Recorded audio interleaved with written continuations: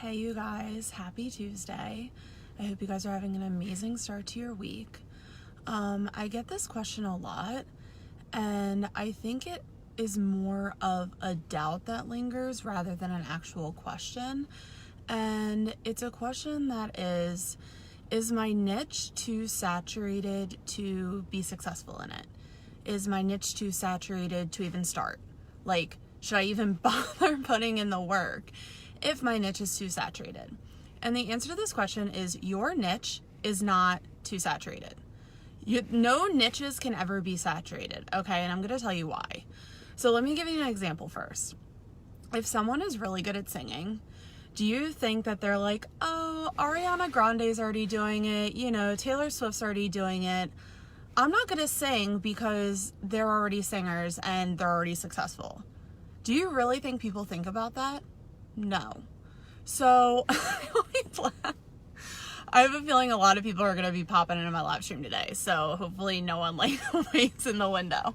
But anyways, do you really think that goes through a singer's mind when they find out that they have a voice and it's something that they're really passionate about and it's something that they really want to pursue? Do you really think, there's too many people that are singing, I'm actually not going to sing?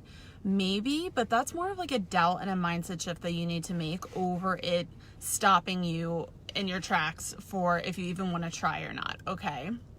So if you ever find yourself asking the question, is my niche too saturated in order to be successful? The answer is no. But there is something that you also need to think about if this question is popping up in your head. So there's a difference between there's two things. The first one is that if you copy other people, your niche will be saturated. Why? Because you're going to look like everybody else.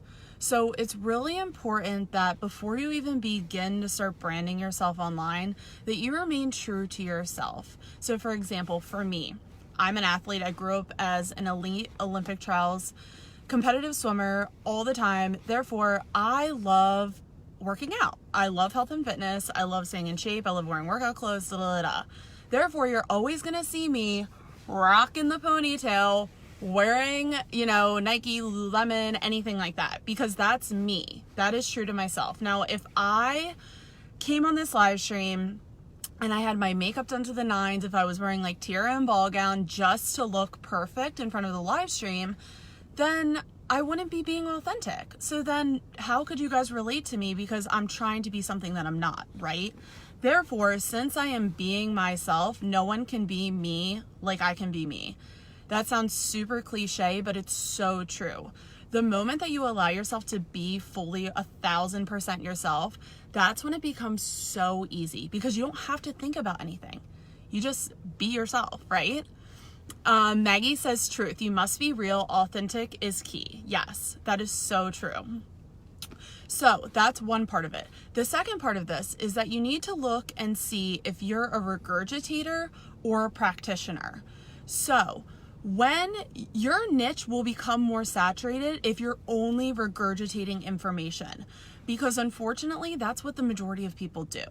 They go online, they want to start an online business, they don't really have experience, so they just regurgitate information that they've learned, in a book or whatever. And I'm not saying that isn't I don't want to say that that's 100% a bad thing, because everybody starts somewhere. Everyone has to start with education. You find your favorite podcasts, live streams, Facebook groups, whatever, and you learn from the person that's teaching from their experience, right?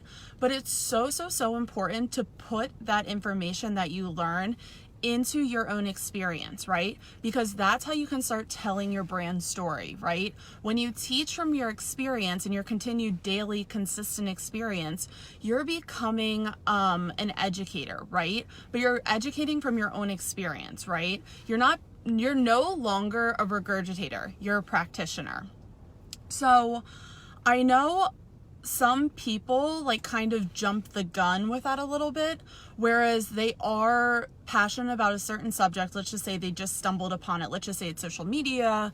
They start an Instagram account and they're like, oh, now I'm a social media marketing consultant. It's like, no, you're not. The only thing that you did was logged on to Instagram once and you posted one time, right? It takes time and it takes practice to learn what works online and what doesn't, okay? And I'm not Xing anybody out saying like you need to do it for a certain amount of time to be considered an XYZ type of person. It's just something that you need to figure out within yourself, right? So, is the market too saturated for your niche? The answer is no. And two things you need to think about is one, you need to stay authentic, vulnerable, and consistent online, right? Because when you are yourself, you can really, become your own niche. And I always say that all the time. Like, people are like, how do I find my niche? And it's like, simply just be yourself. Become your own niche, right? Like a couple of keywords that you're in, which is like social media, entrepreneurship, health and fitness. Those are just things that I naturally like. That was my example. But when it comes to really like nailing down like who you want to be, look at your past experiences. So if you are right now, and that's like what I just said, a regurgitator or a practitioner, being a regurgitator is going to like put you into a saturated niche, right? Because it's really easy? Googling online how to do X, Y, and Z and finding the answer. That's a regurgitation, right? But a practitioner does it every single day, and they can speak from their own experiences because they actually know what works and what doesn't. So if you find yourself saying what everyone else is saying, doing what everyone else is doing, I really encourage you taking a couple of days and just taking a step back and being like, who am I? What do I love? What are my, favorite colors? What do I love doing throughout the day? And that's how you start developing your brand story. But then on top of that, whatever you excel at, whatever you're passionate about, whatever you love, whether that's copywriting, personal branding, social media, you need to start actively becoming a practitioner in that craft. And then from there, you can speak from your own experiences, which are never going to be like anybody else's story. So therefore, you're always going to stand out. So those are my 2 tips for today on how to stand out if you feel like, your niche is too saturated, you don't know if you should start. And I know, I don't even have to look at your material, that you should start. Your niche isn't saturated. It's kind of like the example that I said in the beginning of the video.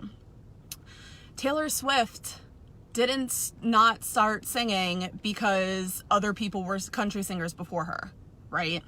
And now she's like the most highly paid singer in the planet, right? I made that statistic up, but I'm just gonna say that she is. So always think of it that way. She developed her own brand, her own voice, and like went along her own journey.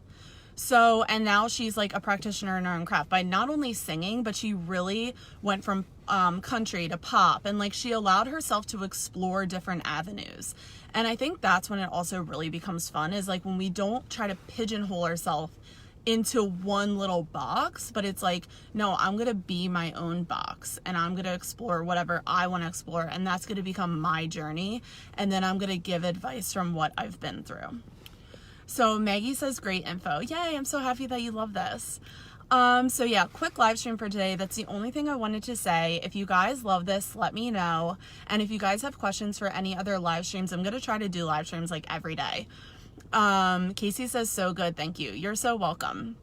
I'm actually heading to Miami tomorrow for, the 10X Growth Conference. So I will be live streaming in Miami. So I'm not going to be like in my winter getup anymore. So hopefully I can, get some palm trees in the background. Maggie says, just ran across this live stream. See, everything. I'm a big believer. Everything happens for a reason. So I'm so happy that you got to hop on today. Maggie says, have a blast. Thank you. So tomorrow I'll probably be live streaming from Miami, try to get some palm trees in the background. So yeah. Anyways, that's all I have to say for today. If you're watching the replay, watching now, any questions, drop them below. So I hope you guys have an amazing Tuesday, and yeah, I'll see you guys tomorrow, and I will be live streaming from Miami. So have a great week, you guys.